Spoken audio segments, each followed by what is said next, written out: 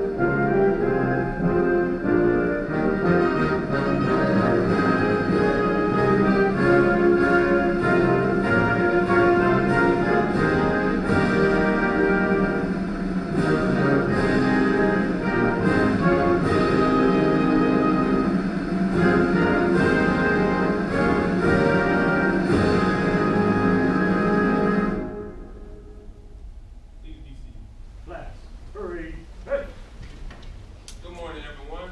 Welcome to the Radio Frequency Transmission Systems Apprentice Level Graduation for Class 16038. I'm Staff Sergeant Azor, and I will be your MC for today's event. Thank you for attending today's ceremony and supporting our graduates. We will begin today's event with a few words from our commander, Lieutenant Colonel Tinker. Sir, floor is yours. Morning, everybody. How y'all Morning, doing? sir. Happy to be here. Yes, sir. Welcome. Thank you. Where else from? South Carolina. Originally from Oh, okay. And you're local? Are you also in there? Okay. I know you know. Awesome. Thanks so much for coming. One of the great things about our Air Force is that we're a family, and having a family here really makes a difference. I know when my mom and dad come and see me graduate from something, it makes it so much better. And I feel so much more prouder as an airman that my family can see my successes. And I know a lot of times for us in your careers, family can't make it because we may be, downrange somewhere, put on a stripe, or maybe just across the country we can't make it. So the times you guys can make it very special. So thanks for all coming today. It's awesome. It's also just recharges us. It makes us feel stronger. So it's wonderful experience. Thank you. You guys ready, graduates? You guys Yes, ready? sir. 6 months of training, done. Right? Ready to go off to your new assignment? First assignment. I consider this your first assignment, really. I asked some airmen I think it was on Monday. I think in final form I said, what do you think is your first assignment, right? Well, I think BMT, when you graduate, you become an airman, right? So your first assignment out of there is your first assignment. I guess that makes sense, right? First assignment. But, and I do believe this is your first assignment because why, right? BMT, you got the blinders on. They tell you to eat, drink, go to sleep, go do PT. You don't get much freedom, and you don't get to look around. And when you come here, the blinders come off, and you start looking around and say, hey, what is this Air Force that I joined? I'm an airman right now, but I don't really know what I did. You saw the commercials, or your recruiter told you something, and now you're like, is this really what I wanted to do? And judging by the success that you've had in this course, this is something you want to do. And I'm very proud of you for getting through. It's very challenging. For folks that don't know, both of our courses in this schoolhouse are very, very challenging. It's very fast-paced, a lot of hands-on work, and we put you through the paces here. We're a lot more difficult than some other the schoolhouse topics. But we do very well here. And I typically tell you that you made a cut just to get here in the first place, and I can't just take anybody off the street, put them through this training, and have them graduate. It doesn't happen. You have to know what you're doing. You have to want it, and you guys have proven that. So I typically talk about a few things that I just want you all to think about. On the way walking over here, I said, how many times in our life do we actually graduate something? It's very few, right? Maybe high school, maybe college, maybe a training event like this, but it's very few. You can count them on one hand almost in your life about how many times you actually graduate. And that means it's very important, that it means something. It's an accomplishment. But it's also time to sit and reflect. Something I do every time I get some new rank or something else to add to my uniform. I actually sit down and I say, all right, who do I want to be? What do I want to do with this new responsibility? And I literally sit in a chair and I'll just sit there. I also do that when I PCS somewhere. So you're about to go to your first assignment, I sit in a chair at that point as well, and I say, okay, what did I do that I liked, what did I do that I didn't like, and how do I want to be at this next place? That's one of the reasons I really like the Air Force, is because you can really reinvent yourself almost every single time you go somewhere. But the longer you stay in, the more people remember you. So you're like, hey, you weren't that kind of guy 10 years ago. But that's what it's all about. It's innovating. It's inspiring ourselves to do something different and become the leader that we want to be. And I'll tell you, it was even yesterday. Somebody asked me, they saw somebody they knew as a captain, and now they're a colonel. And I said, how were they, back when you knew him as a captain? All the same. And when I got to my first unit, a boss was coming in. The CSS, the admin shop, they knew him as a lieutenant. And so they called back to the unit that he came from and said, hey, how is Lieutenant Colonel so-and-so? And they hung up the phone, and I was like, hey, what'd they say? Oh, he's the same. And it wasn't a good in that sense. They didn't like him. So they were unhappy that he was the same, right? But that was a trigger for me to say, okay, I don't want to be that person, right? I don't want to be the same that I was as a lieutenant as I am today as a lieutenant colonel. And not that I need to change my whole entire life or how I do things, but I want to keep growing my whole entire career. And hopefully when people see me now that knew me as a lieutenant, they're like, oh yeah, he may still be the same, but he's so much better today. I think that was pretty good right there. So there's some things I think about. And then you have 3 responsibilities. I don't know if I can put an acronym or not, but PAL, you want to be a PAL, right? Professional, airman, and leader. You guys think that's a good acronym? That sound good? Should I mark that? Should I copyright that right now? Sure. Professional, right? You just went through some training, you got a bunch of skills, but you're very new. You're going to do your first assignment, and you're not going to be the expert there. But there will be experts there, and your goal is to become the expert by the time you leave. That's our professional part of our service. And then you're an airman today. We have our core values, wingman. It's your responsibility to grow the unit, to grow yourself, to maintain that integrity and your excellence and service. Those are all things that we put out there as a mark on the wall, but we know we can't achieve them on a daily basis. It's impossible. But we practice to get better every single day. And that means if you fail in integrity at some point, the next right move is to say, to whoever it is, hey, I messed up and I didn't give you the right information, or I didn't do my best. That's part of the core values as well. We don't have to get it right the first time, but we do need to get it right right after that. And then a leader. Our Air Force is built on leaders. I think our service is one of the best for leadership, and because we create and innovate things on a daily basis. And a lot of the other services kind of keep their folks from doing that. I spent a lot of time with the Army, the Navy, the Coast Guard, Marines. I've been with them all, and I know the Air Force, we celebrate innovation more than any other service. And that gives you all the opportunity to use your brains and come up with new ideas, and especially in the cyber realm, we're, I think, the only AFSC where our youngest people know the most. They know the most about our business because it's all the new stuff. And old heads like me that didn't have cell phone when I grew up, I was just thinking, we all take selfies and everything else. We were joking the other day that I used to, we used to take a picture and you had to wait a week to find out if it was a good one or not. So, I don't know what you guys know, and that's special, and that's a mark or a note to me to say I don't know everything, and to listen to what you have to say. And most services don't do that either. So you have an important voice and you need to use it. So don't be afraid to speak up, share what your creative ideas are, and fight for them if you believe they're right. I'm so proud of you. 6 months, right? Plus some time in BMT, and now you are a full-up professional airman. Inexperienced professional airman. But you're there. And I'm so happy to see what you guys are about to do for the Air Force. I'm excited to get out of this job and go somewhere out in the Air Force and see you there working hard and work alongside me. It'll be a great day. So, y'all ready to graduate? Yes, sir. All right. That's pretty good, right? Was that good? Pretty good? All right. All right, let's do it. All right, thank you.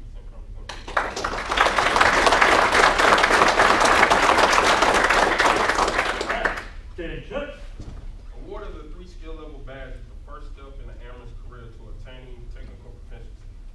As our transmission systems apprentices, you are charged to effectively utilize resources to accomplish your duties, to strive to be proficient at your duties, positively represent the military in the civilian community, to actively pursue the highest level of knowledge, both on and off duty, to never forget the accomplishments of the airmen who have come before you, to approach all situations with an open mind, and to develop the military lifestyle that instills patriotism to everyone you come in contact with. In fulfilling these specific charges, airmen will ensure that their integrity, loyalty, and devotion to duty remain above reproach at all times. Class 16038, do you accept these charges? Yes, sir! We will now graduate the class. During the ceremony, each graduate will receive a certificate of training denoting their completion of this 653-hour course. As previously stated, the badge will be pinning on ceremonies as it symbolizes the airman's entry to the career field.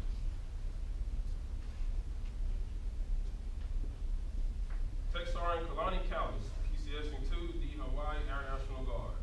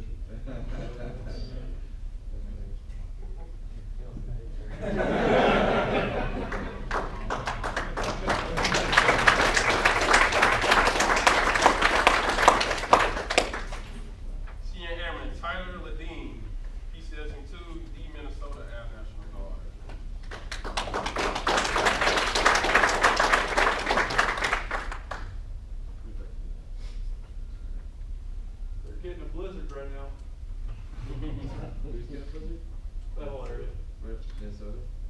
Fargo, Minnesota. That's the first one of the year. First big birthday.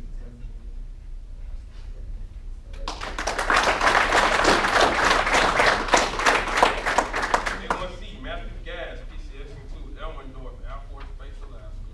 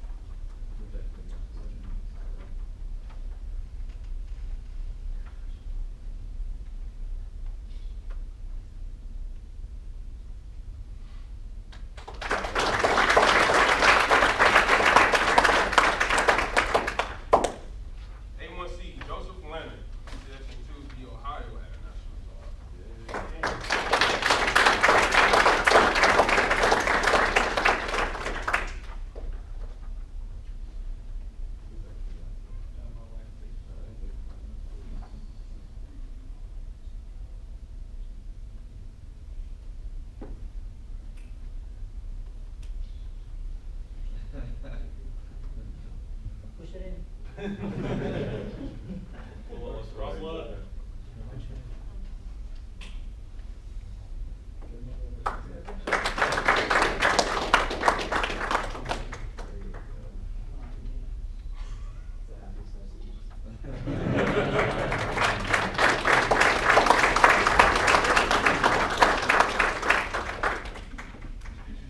A1C Joshua Rutherford, PCX into Camp Zama, Japan.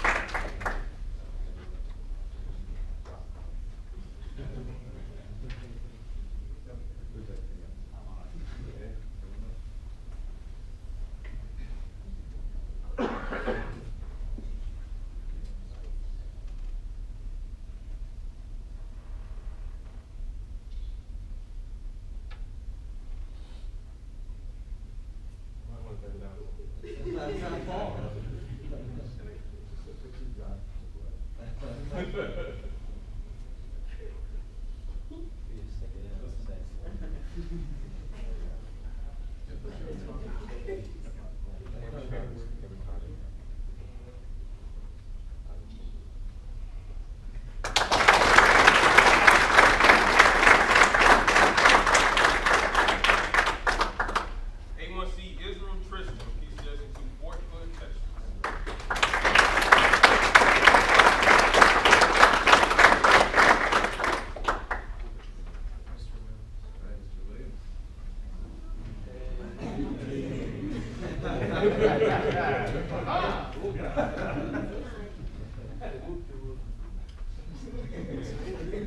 Not the whoop anymore. Congratulations. Thank you, sir. Work job, work job.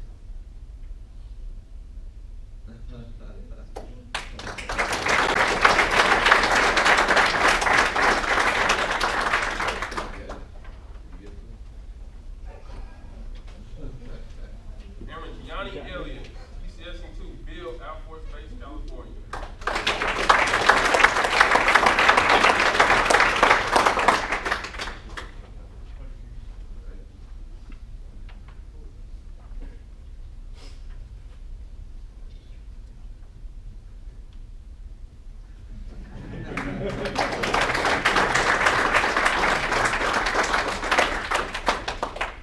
Aaron Robert Van Nulen, PCX into the 38 Training Squadron.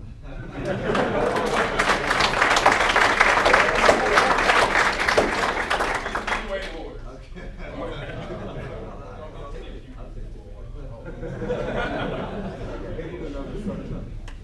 You got some hot for you if you want to stay.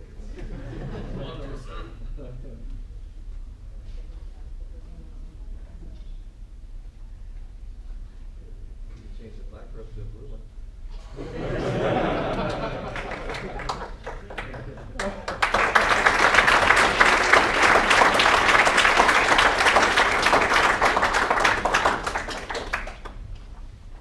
We will now present the Master Sergeant Stephen E. Ockman Award. Master Sergeant Ockman was a Brown Radio Communications craftsman. Brown Radio is one of the primary career fields used to create today's RF transmission systems, AFSC 3D1X3.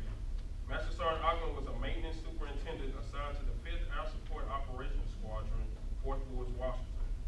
While serving on the front lines, where his family said he always wanted to be, Master Sergeant Ockman was killed in action on 9 November 2004, deployed to Mosul, Iraq, in support of the Army's 1st Brigade, 25th Infantry Division. Plaques bearing